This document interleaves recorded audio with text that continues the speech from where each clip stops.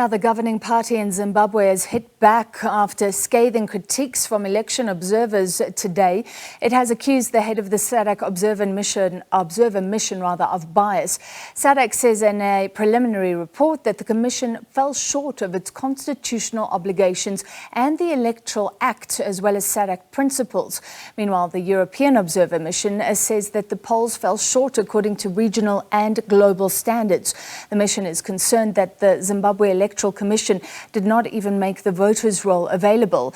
Well, Zimbabweans went to the polls earlier this week to pick a president and lawmakers. Results have been trickling in. The late printing of ballot papers forced the elections to be extended by another day in some wards.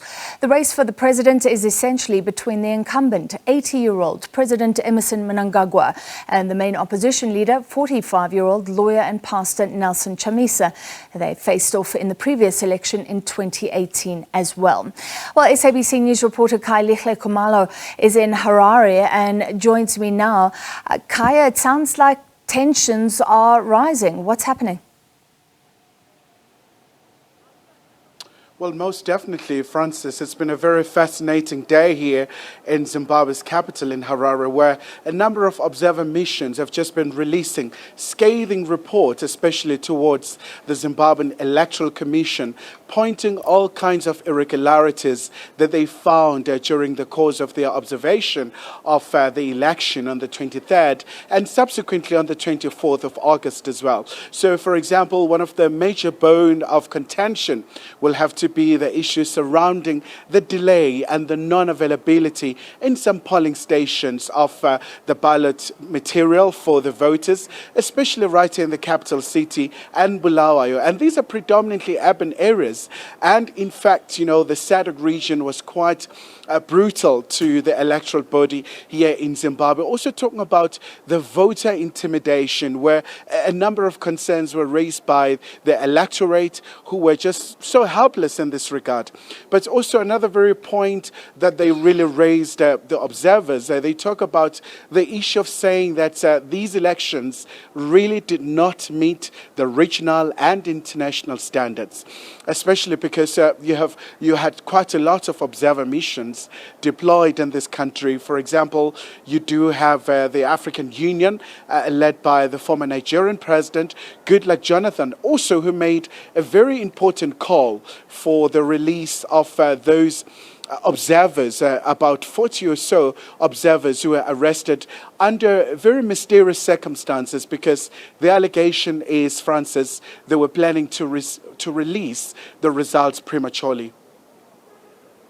All right, so what happens now, Khayelihle, if the Zanu-PF is accusing, I mean, let's be clear, as Sophie said earlier, we haven't even heard from the Zimbabwe Electoral Commission, right? We've only heard from a political party, Zanu-PF, saying that SADC is wrong.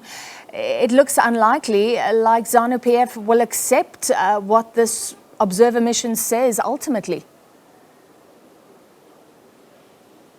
Well, very much so, Francis. Just a short while ago, the Zanu-PF, in fact, had a press briefing where they were stating categorically, where they were saying that the SADC Head of Mission, who happens to be a Zambian former Vice President, Dr. Mumba, so they said that he just spoke without really consulting other members of the team, but also they were saying that really he was delving into the laws of Zimbabwe, but also Zanu-PF really just saying it's not in cahoots with the Zimbabwean Electoral Commission. In fact, they do understand that it should serve with impartiality, and integrity is a very key cornerstone that should be observed at all times. But also a very interesting development as well. We do understand that obviously quite a lot of consternation from some quarters here in this country. Some people already, they say these results really, the credibility is really questionable. But then, Francis, you do find Zimbabweans who are really happy about how the processes have unfolded here in Zimbabwe. So they do say that everything really just went according to plan from their side, at least from the perspective when you just talk to people in the street. But also you can really see that the political temperature temperature is really rising, and we're just driving around, you could see that the police are really just on guard for any eventuality, especially in the vicinity of the Zimbabwe Electoral Commission.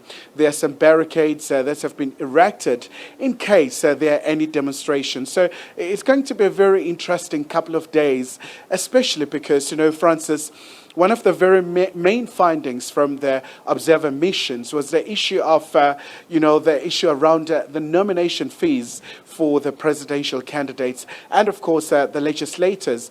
So, for example, for the presidential candidates, they had to cough out about $20,000. So that's a very exorbitant amount of money. And really, they were saying this is a huge impediment in terms of the political participation. And also just in terms of making sure that people are able to play their part in terms of this country's political landscape. So they have issued recommendations to the Zimbabwe Electoral Commission. And they've made it very clear that these recommendations really are mere findings. So not really binding per se, but a comprehensive report will be issued in 2 months' time. Very quickly, do we know where the voting, the counting of votes is right now? I understand that Nelson Chamisa is saying on social media that he's winning. Zanu-PF, of course, says that it is in the lead, and there is that 5-day deadline. Well, absolutely, Francis. So the last time we heard from the CCC leader, Nelson Chamisa, he was talking about really just gathering all the information around the irregularities that have been reported, but also making sure that what has really just been emphasized is that the legal avenue will be a better option for anyone who sees these results as not a true reflection of the Zimbabweans. So also that point was really emphasized by the observer missions. And also the Zanu-PF itself said that, and also talking about the independence of the judiciary in this country. The Zanu-PF saying that it's a very important arm of the state. But in as far as the counting is concerned, Francis, what we do understand is that quite a bulk of the results of the members of parliament have been counted. So now we're still awaiting the confirmation whether the counting now of the presidential vote, whether is it going to commence tomorrow or the day after. We're still waiting for the confirmation to that effect.